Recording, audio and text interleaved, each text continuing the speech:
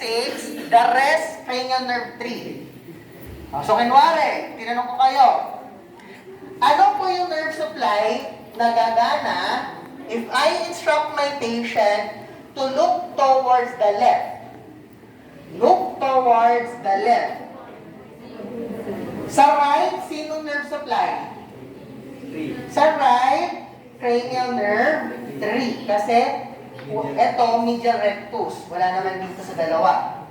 Tapos, ito, left, LR. LR is cranial nerve 6. So, left eye is cranial nerve 6. Here. Sige. Next. Now, muscles of the neck. Now, muscles of the neck na tayo. Tayo ta? Gusto lang umuwi. Sige. Let's move. Your platysma, that's a flat muscle. Ito yun. Ito, kapag binasa yung isang buko natin, this is called as the muscle of Igat.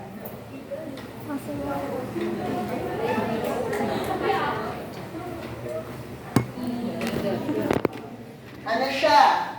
Kasi ito daw yung, nakalimutan ko yung mismong word na sinabi. Parang yan daw yung expression mo kapag natakot ka. Kaya Igat. Kasi bakit? Igat is the expression wherein you draw the angle of the mandible plus the angle of the mouth. Parang pag ganito ang expression ba? Dito. Ganon. Igat. The expression of igat. Now, so you lower down both of your angle, tapos mapapasin mo tumitigas yun dito. That's your platysma working. Okay? Uy! Kailangan alam niya paano pagalawin yung mukha niya, bawal. Facial of facial expression. Bakit? Tinuturo niya sa pasyente yan. Paano niya tuturo? Mami, try to smile. Ikaw poker face ka. No? Matuturo mo yun. So, your platysma, tries to depress the angle of the mouth. It's also called as the muscle of Igad. Attaches from the mandible, originating from the pectoralis. Okay? Next. Ito madali. You have your sternocleidomastoid, your SCM. Your SCM, common sense. Ito, laki-laki. Okay. Your SCM originates at the area of the mandible and the sternum. Kaya tinawag siyang sternocleido. Okay? Manubrium. Okay? And the sternum. Attaching to the mastoid process. Kaya, sternocleidomastoid. It is innervated by cranial nerve 11. Okay? And the action is ipsilateral, lateral flexion, contralateral rotation. So, paano yan? Kung right SEM, it bends the head towards the right, but it rotates towards the left. Okay? So, ulit. Kapag sinabing SEM, ang action niya is lateral bending on the same side, pero opposite direction in rotation. Okay? Kaya po, kinuwari niya, kasi muscle line is common for stiff neck. Kaya nagkaka-stiff neck. So, minsan, yan yung muscle na kailangan i-stretch or ayusin. No? Next. Let's go with scalenes.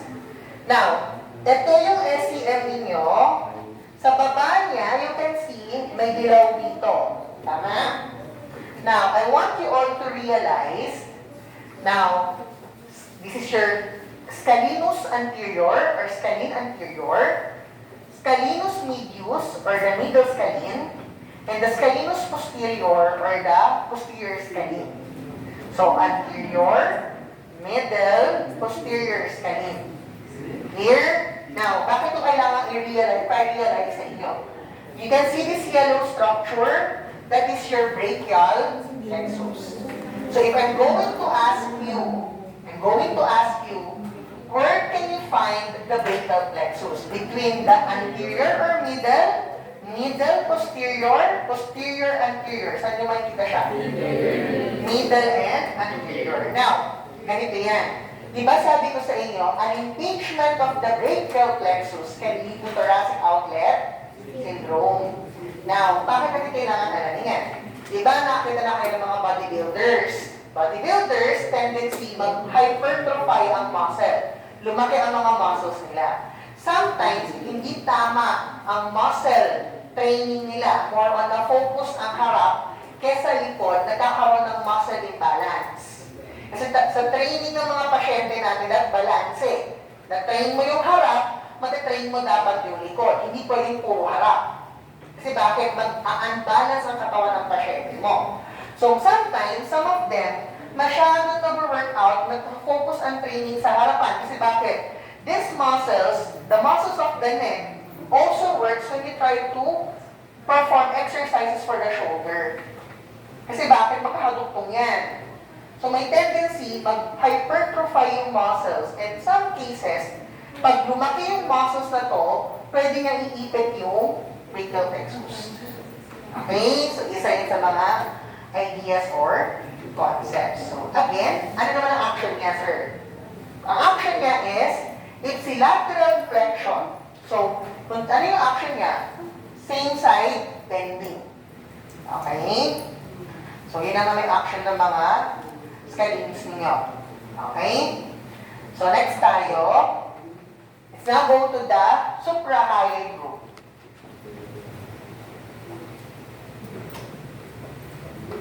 Wait lang, ha? Limutan ko na tinuro sa amin ni Ma'am Wayne yung dati eh. Yung monic ng supra eh. Limutan ko na. Basta, so kasi, usually, kino-combat natin yung suprahyoid group versus the intrahyoid group. Nalimutan ko na yung mnemonic. Kasi ang infra, that's TOS. TOS ang mnemonic eh. Naalala ko is daga sa muscle. Pero hindi ko maalala paano siya daga. Tama nga. Daga sa muscle. Sorry. Ating kasi ako nag-inayos eh. Daga sa muscle. So that is the gastric, genio, styloid, tapos mylohyoid. Daga sa muscle. That's suprahyoid group. Tapos yung TOS, T-O-S-S, that is your intrahyoid group. Kasi para aware kayo kung paano pinaka-categorize sila. Now let's start. Your digastric, ito yun. This is your digastric muscle. Pag yan ha, mayroon siyang anterior belly, lumiliko siya palikod, posterior belly. So itong muscle na to, that's your digastric. The digastric ties to, okay, assist in the elevation or the opening of your jaw and raises the hyoid. This is your hyoid. So manimit ngayon, suprahyoid, ito tayo, sa baba mamaya yung infrahyoid group. No? Now, your mylohyoid, okay, this is your mylohyoid, yung fibers niya, di ba ito yung digastric ninyo? Kung sinong niya yan, okay, yung mylohyoid nyo, ito, nakita nyo itong flat muscle na ito na paganyan? So that's your mylohyoid. Okay? Next, your stylohyoid. Okay. This one here, ito naman po, your stylohyoid. Okay, this one draws the hyoid upward and backwards. This is your stylohyoid. Ito yun. While your genioglossus, okay. So, the genioglossus, ito din, para mas kita ninyo. This is your stylohyoid. From the styloid process of the cranium, going to the hyoid, so stylohyoid. Again, atras ko ha. Ito, stylohyoid. Pag sinide view siya yun. From the hyoid to the stylohyoid. Sino to? This is your digastric. So, from the sa harap, anterior belly of the digastric, sa likod, posterior belly of the digastric. Sino yung fiber na paganito? This is your mylohyoid. So, ito yung mylohyoid. While the geniohyoid, siya yung fiber na patayo. Ito siya. So, yung pahalang na fiber, or in this scenario, ito siya, yung paganon. Kasi doon sa anatomy model natin of the face, papansinin nyo sa ilalim, may muscle na paganito ang fiber, myelo yan. Pag ang muscle fiber niya, pag ganito, genyo, yon. Clear? Ingat na nagkaiba nila. Kasi yung muscle fiber or muscle, ay yung anatomy model ng dito, kapag ginanong nyo, may isa doon na pahalang, mahilo yun.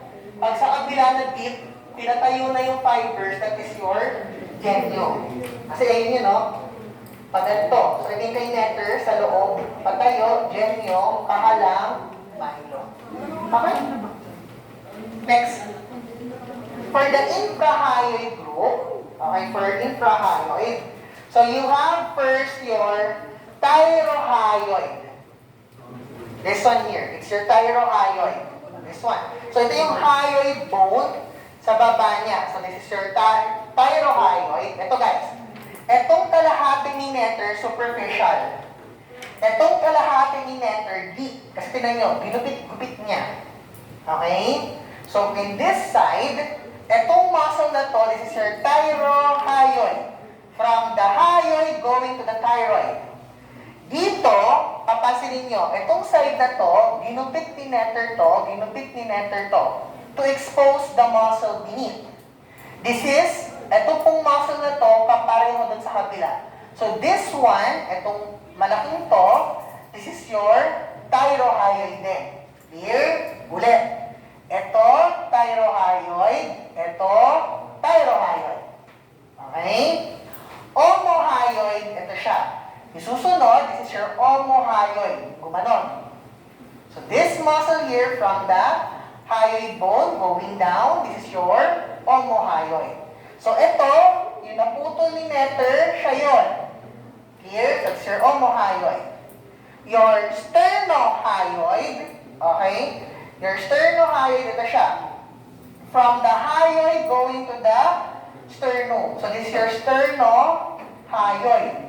Dito sa kabila, ito siya, pinutol ni netter. Okay? Kasi bakit? Gustong ipakita ni netter si sternothyroid, which is this one. Si sternothyroid, dito siya, from the thyroid going to the sternum. So ganito lang siya. So kung imagine niyo, sternothyroid, karugtong niya, it's your thyrohyoid. Kita? So, sternohyoid, thyrohyoid. Ako po ba nila? Okay, so gets nyo. Ano pinakaiba ng infrahyoid group versus the anterior group? Now, dito lang tayo muscles of the neck. Ito din. Guys, kapag narinig mo ang word na longus colli, longus capitis, rectus capitis anterior, rectus capitis lateralis, anterior neck muscle yan, flexions. Okay? May nangyari sa akin, nabunod tong bata, longus capitis, ang ginawa dorsiflexion. Promise. So, huwag kayong ganon, ha? So, you memorize better to learn. Now, usually, longus colli, ito siya. This is your longus colli. Ay, wait. Colli. Longus colli, this one. Kung di ako nakakamali. This is your longus colli. This is your longus capitis. Kasi capital area to eh. Kapag sinabi capitis, skull. Okay? Skull area, longus colli ito. Ay, longus capitis. Ito is longus colli. Double check yung kay netter. Tapos, your rectus capitis anterior is this one. Rectus capitis lateralis is this one. Okay? So, lateralis, and this is your anterior, this is your lateral. Rectus capitis anterior, rectus capitis lateralis. So, all of them will try to do flexion. Now, let's try to analyze the triangles of the neck. Okay?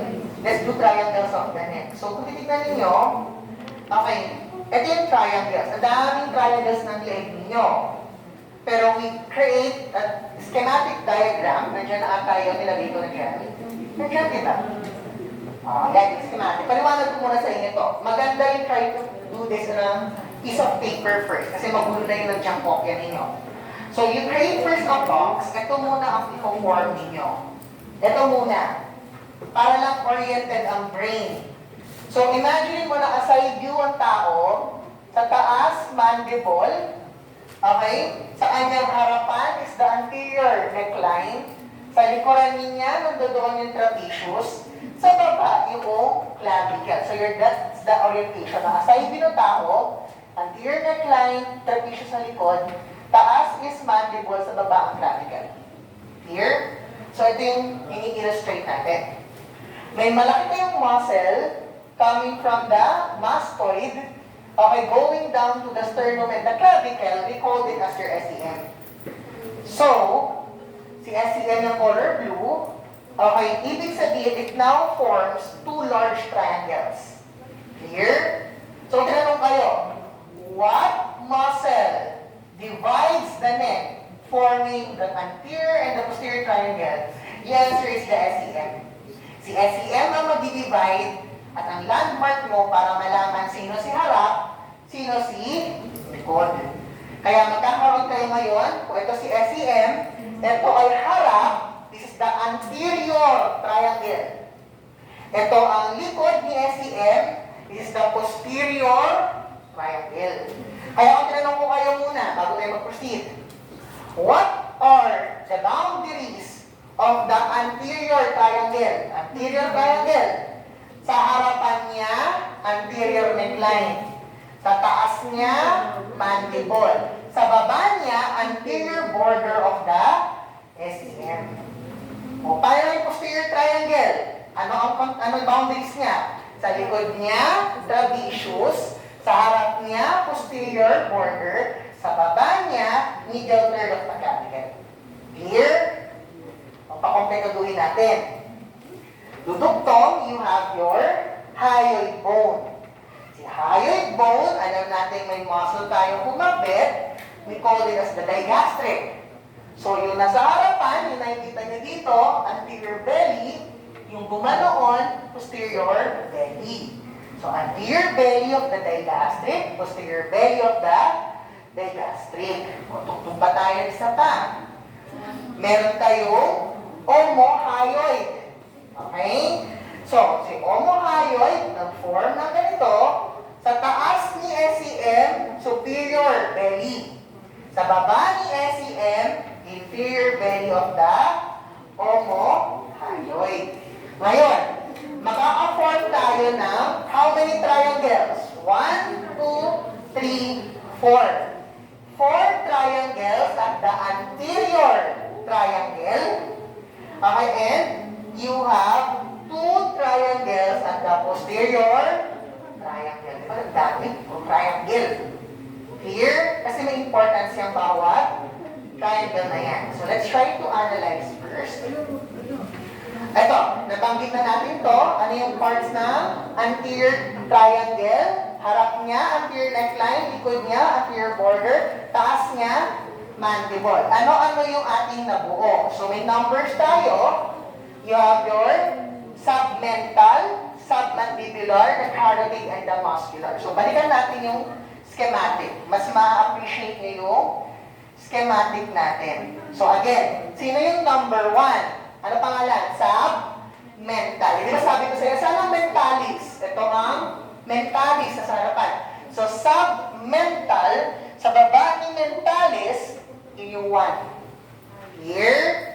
Next, si number 2, ano pangalan yung number 2? Submandibular. This is your mandible. Sa baba niya, submandibular triangle. Next, si number 3, sino? The carotid. So this one, that's your carotid triangle, kasi nandiyan dyan dadaan ang carotid artery. Oh, si number 4, sino siya?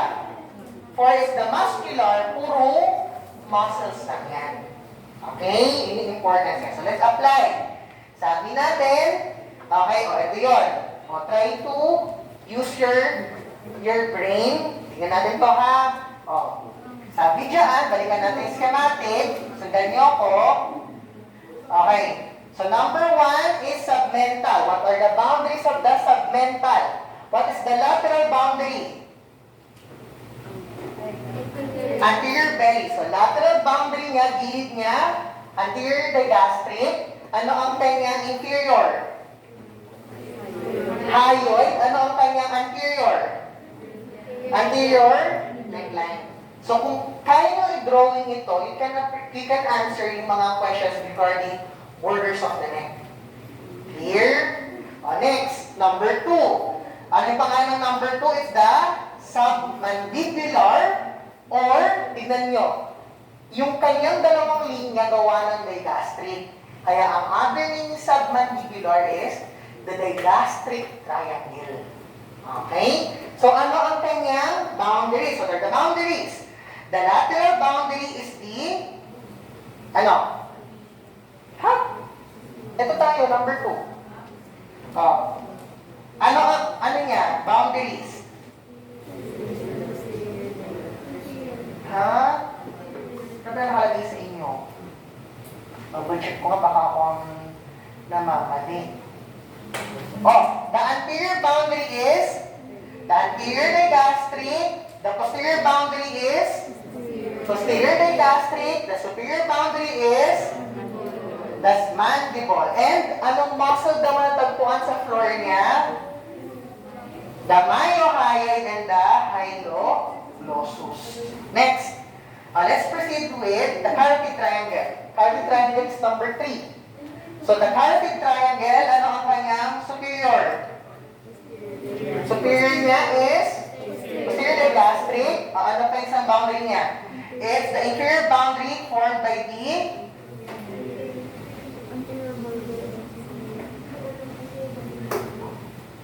ano daw? Inferior is pababa. It's your superior belly of the omo. Posterior niya sino? Anterior boundary of the SEM. And the floor will be your thyrohyoid plus your hyoglossus. Again, in that triangle, pupuntahan niyo yung illustration. This is your carotid triangle. This one here, dyan lumalabas ang carotid artery ninyo. No? So when you palpate, kunwari, ito yung SEM ko, palit ako konti, you can feel the artery. Kasi, kung ito yun, nandito pinatay yung kamay mo, you can feel the carotid artery in this area. No? Next. Last tayo. For the muscular layer, okay tayo, muscular, harap niya sino? Anterior neckline, posterior niya sino? The posterior will be or the inferior pala ang term. Anterior, SEM. Okay, at ang kanyang superior will be your belly of the omohyoid. So the floor of this area is your sternohyoid and your sternothyroid. So more on muscle areas lang ito. Okay? Next tayo. For posterior triangles, ito tayo, posterior triangles.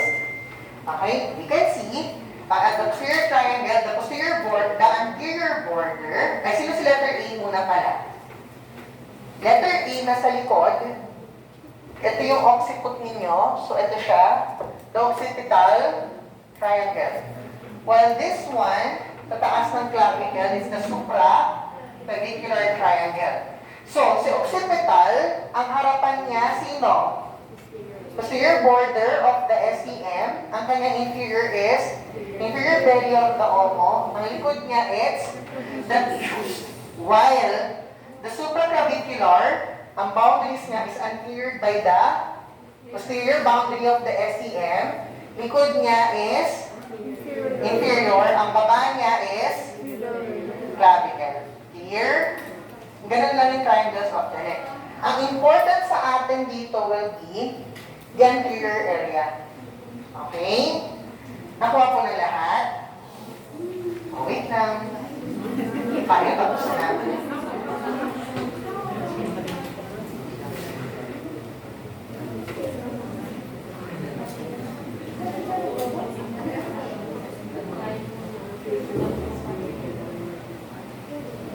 Okay, everyone. I'd like you to apply some clinical correlation before we end.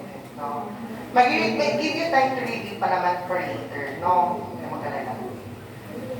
Okay. Now, let's apply clinical correl. Very quick lang naman ito. Hindi ko natatagal.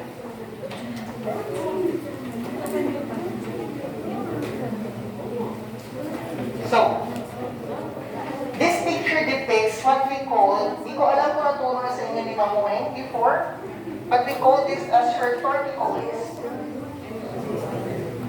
Torticollis, also known as the wry neck deformity.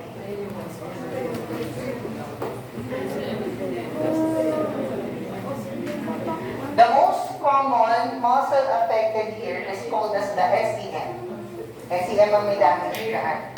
So, kung titignan natin, yan yung mga batang nakakaganit yung ulo. Ganyan na yan. Matigas. Sometimes, kayo din, nakakaroon kayo ng stiff neck. Ganyan kayo, ng stiff neck. So, SCM ang nadadamage siya mga ganyan process. Now, the thing here is, for physical therapists is, we need to know what is the specific SCM that is damaged. For example, bigyan mo natin ng laterality. No? Let's try to place a laterality. For example, nakaharap siya sa inyo ngayon. So this is the left, this is the right. So this is the left bending, may konting rotation towards the right. So what is the SCM na nasira? Sabi natin, the action of the SCM is what? What's the action of the SCM? It's a lateral flexion, contralateral rotation. So, kung ako ay nakabend sa left, rotated to the right, sino po ang SCM? Left. Mabilis na tandaan, kung saan siya nagbe-bend, yun yung kanyang laterality. So, kung nakabend siya sa left SCM. Clear? So, paano nyo ito gagamutin? How will you treat your patient? You do stretchings. Paano nyo i-stretch? You do the opposite of the muscle action. Paano yun? Ipasyente, naka-bend sa left, naka-rotate sa right. Paano mo i-correct? You will stretch it, rotating towards the left, stretching towards the right. Para bumalik sa normal yung pasyente. Makuha. Ganun yung pinokorek sa mga pasyente. Or kayo, may stiff neck, nakaganyan kayo, i-stretch mo siya ng opposite of the muscle action. So kung left tayo, we rotate it towards the left, bend it towards the right to stretch the SCM. Here. Let's try to do this. You identify the diagnosis, identify the muscle affected and the treatment. We try to practice. What's the diagnosis? We have torticollis or right neck deformity. What is the specific muscle affected? SCM, syempre. Sinong SCM? Si right or si left? Si right. Paano nyo nalaman si right? Kasi naka-bend siya towards the right. Usually, tayong PT, para masabi mo ang ulo ay naka-bend, yung mata. Kailangan ang mata ay pantay. Okay, that's, wala siyang paling. Dito sa pasyente na to, umaling siya papuntang right. So there's right bending. So, ang pasyente natin, may right SCM problem. Anong action ng right SCM? Right lateral flexion, left rotation. Tama ba ako? Ito action niya. Tama? So ano ang inyong treatment? Stretching. You stretch the patient. Papunta saan? Toward the left lateral flexion, right rotation. Babalik ta rin mo yung muscle action niya. Ito yung treatment mo or management mo kay patient. Here?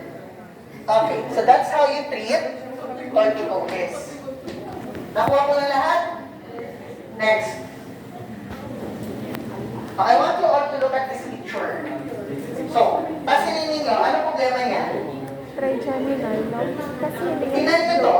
Dito sa side na to, may wrinkles pa. This side, wala. Dito, na-elevate na yung angle of the mouth. This one, wala. Saan ang paralysis? Nasa right, nasa left? Nasa right. So this is a case of a right Bell's palsy. Okay? Now, I want you all to look at this one. Ito, na-close niya yung eyes niya. Ito, yung mata niya nag-rolled up, pero hindi nag-close yung mata. It is the hallmark of bells. We called it as the bells phenomenon. Ibig sabihin, kapag nakita mo to sa pasyente mo, this is 100% sure that the patient has Bell's palsy. Kasi bakit? Ano bang muscle ang nagpapaklose ng eyelids? CN7 or cranial nerve 7. So when you instruct your patient to close the eye, your eyeball just rolls up. Akala na nakapikit sila kasi madilim na, pero in reality, yung kanilang eyelids nakaangat pa.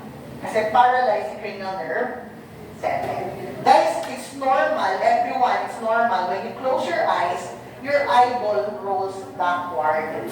Kaya nga, di ba, if you're wearing contact lens, ayaw ng mga doctors na matagal nakasuot ng contacts, tutulog ka. Kasi si contacts, pwedeng tumatras sa palikod.